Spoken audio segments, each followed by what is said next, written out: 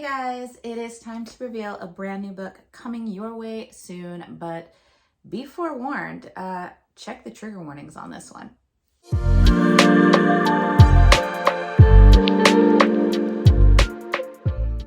Hey guys, if you're new here, welcome to The Book Path. I'm Nicole, and if this isn't your first rodeo, thanks for sticking around. So I was fortunate enough to be asked to be a part of an ARC team for a very special book coming your way. And by being asked to be part of the team, that means that I totally found out that she was giving away ARCs, and I went and I filled out the application for it and then sat on pins and needles and waited, biting my nails, hoping that I would get picked. And I did. So yay. And that book is Vengeful Gods by Elliott Rose. And this book is coming out on March 22nd, which is days away from us right now.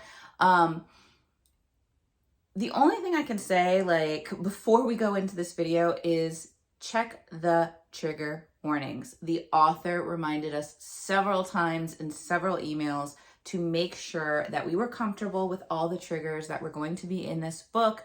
Now, me, I don't really, it takes a lot to push me to get triggered by something, but I can understand while in this book, there are some very, very hard-hitting, heavy things that are definitely not more comfortable for other people. So I think that in my Goodreads review for this, I liked what I did because I basically said like romance has its own spectrum, if you will, right? You have your nice romances, you have your darker romances, your happy romances, and sometimes reading the darker romances is like jumping into the deep end of the pool.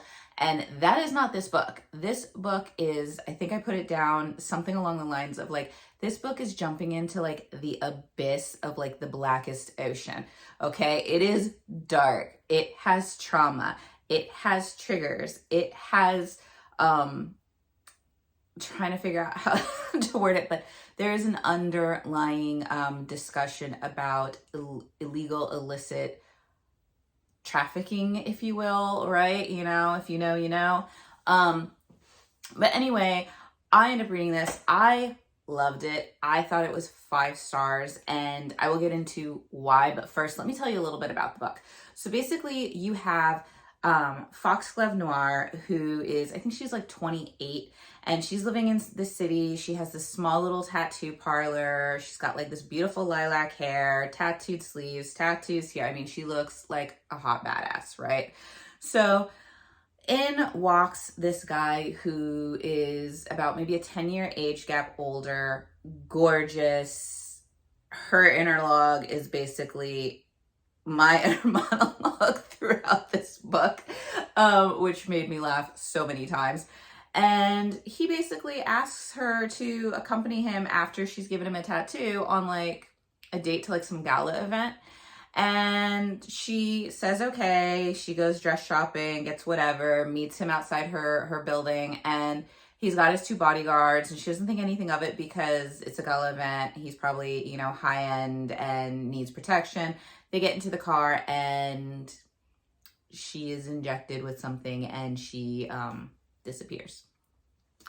So what you end up finding out is that Foxglove, or Fox as she's called, is the daughter of this guy who was part of this really this elite underbelly of the city. And I say that because it was this darker society full of elites that, when I say underbelly, think think Batman, you know how you have all those corrupt officials and things like that. It's like that, right? So she found out that her father, who owned this club, was involved in trafficking. And I'm going to try not to say that as much because I don't know how YouTube will ban me or not ban me for that.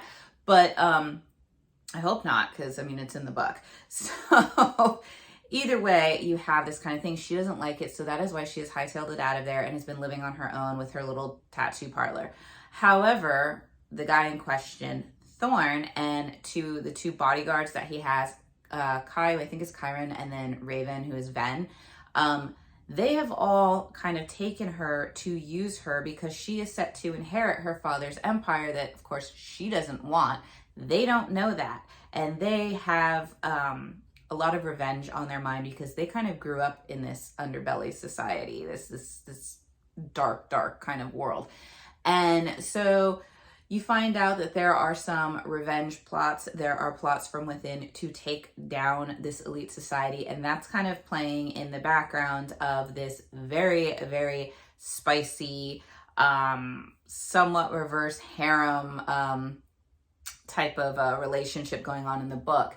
And this relationship, these spicy scenes, because there are a lot, like once you get to I think like 40% into the book, it's like almost every few pages there is a spicy scene. So this book is very, very spicy, and it involves a lot of dom sub relationship with a lot of like humiliation play and like dirty girl speech.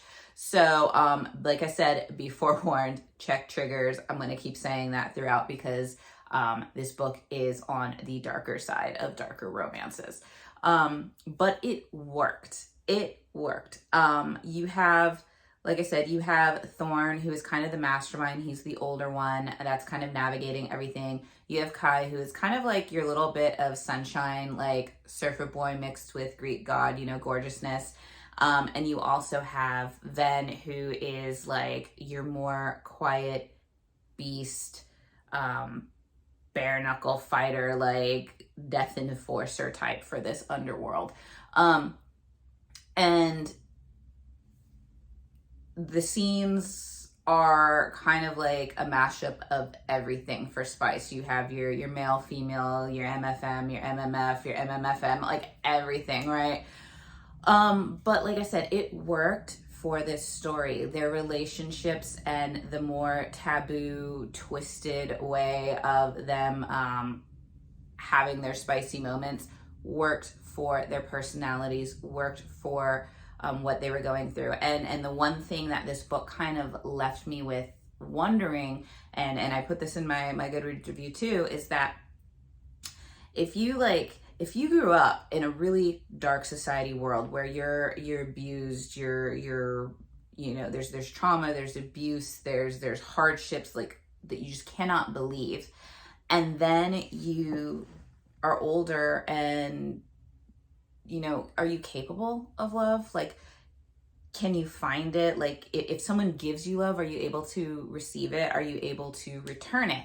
And like, kind of how would that look? Like, because it's probably not going to look the same as somebody who grew up in like Sunshine Meadows town, perfect little community, you know, all the wonderful glory.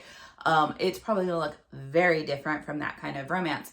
And so when you think about that, like everything fits and clicks into place on how these things happen.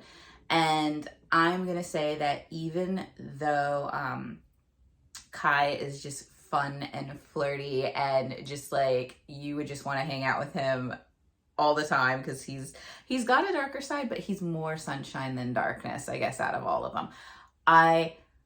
Even though like I loved him, as the story went on, Ven stole my heart. He is the beast. He really is. Like, he is so withdrawn. Like, he's so much more towards animalistic and like feral forms of darkness than the other guys because of the way he grew up and the things that happened to him.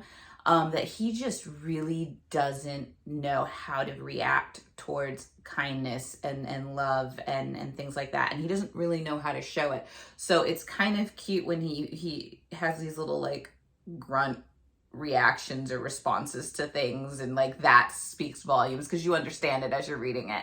And then like towards the end, just there's certain scenes that happen where the tension has just, and something has happened with, you know, Fox, and all three guys are finally starting to show in their own ways how important she is becoming to them beyond their plots for revenge.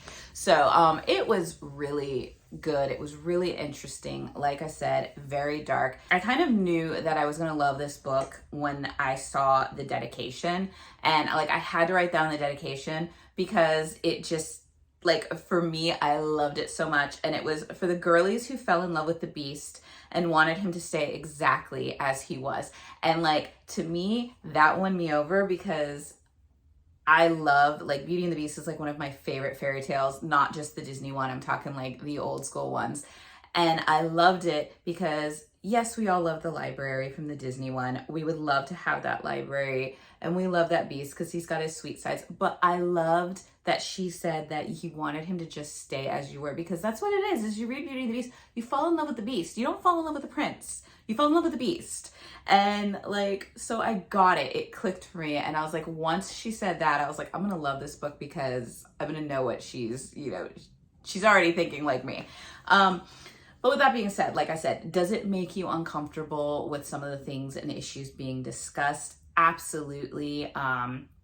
The fact that there are children things involved is extremely uncomfortable, and it's not, you know, good. There's no detail to it. I will tell you this, there's no detail to any of those types of scenes or anything. It is more of a discussion about things that happened in the past, not things that are currently going, and it is not in detail when you're hearing about people's experiences. So that was something I was very grateful for, because that might have pushed my boundaries to the part where I, you know, was like, But I also think in its own way, it was also bringing awareness to a subject that, you know, is coming to a forefront in many societies. So on that note, I thought that was kind of a good thing. But like I said, in this weird kind of twisted book, like, it made sense. And it's not, I mean, it does have an HEA, so yay. But the book itself is not like a happy book. It is very dark, very twisted. Like I said, abyss of Black Ocean here.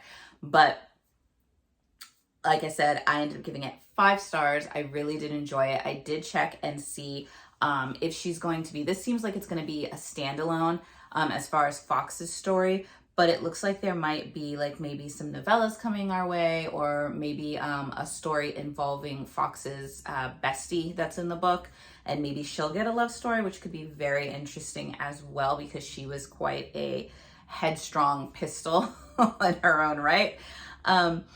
So will I be reading those? Absolutely, because it's a very interesting world that the author has created for this book. So she does also include a playlist in the book as well, if that is something that you're interested in. I have not listened to any of the music yet, but I did take a picture of it so that I can go and kind of build that playlist and listen to it and see how well it fit the story. But with that being said, this book, once again, Vengeful Gods by Elliott Rose, comes out March 22nd. If you are not easily triggered, if you can handle the abyss, then dive right in, pick yourself up a copy, and I'm pretty sure you will enjoy it. If you do end up reading it, please let me know which one of our 3 male characters was just tugging on your heartstrings. Like I said, I did like Kai, but Ven was my guy for this book. So with that all being said, I hope you guys are doing well, and I will look forward to seeing you guys in the next video. Bye.